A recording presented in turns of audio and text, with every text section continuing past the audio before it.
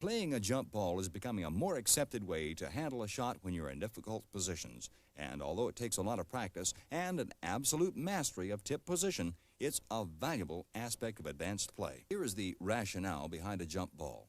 Since we're dealing with round objects, spheres, they can pass very close to one another without touching when they're in the air. And that lets you do things in the air you can't do on the table. First, let's make it clear that you do not make a jump ball shot by scooping the cue ball off the table.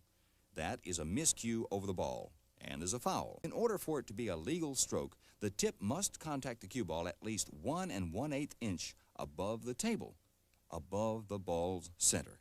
The dynamics of the stroke cause the ball to jump up and over. Let's analyze the setup for a jump ball shot. Since we want to strike down on the cue ball, placing it between the immovable table and the irresistible force of the cue, we must elevate the stroke. So the elevated bridge is used, and the cue is gripped with the forearm parallel to the table surface. It may be that you will be up on one toe in order to gain more elevation. It probably will be necessary to crowd the cue ball a little in order to gain elevation, so the bridge arm is slightly bent. But notice that the 90-degree elbow is still maintained for maximum force at impact.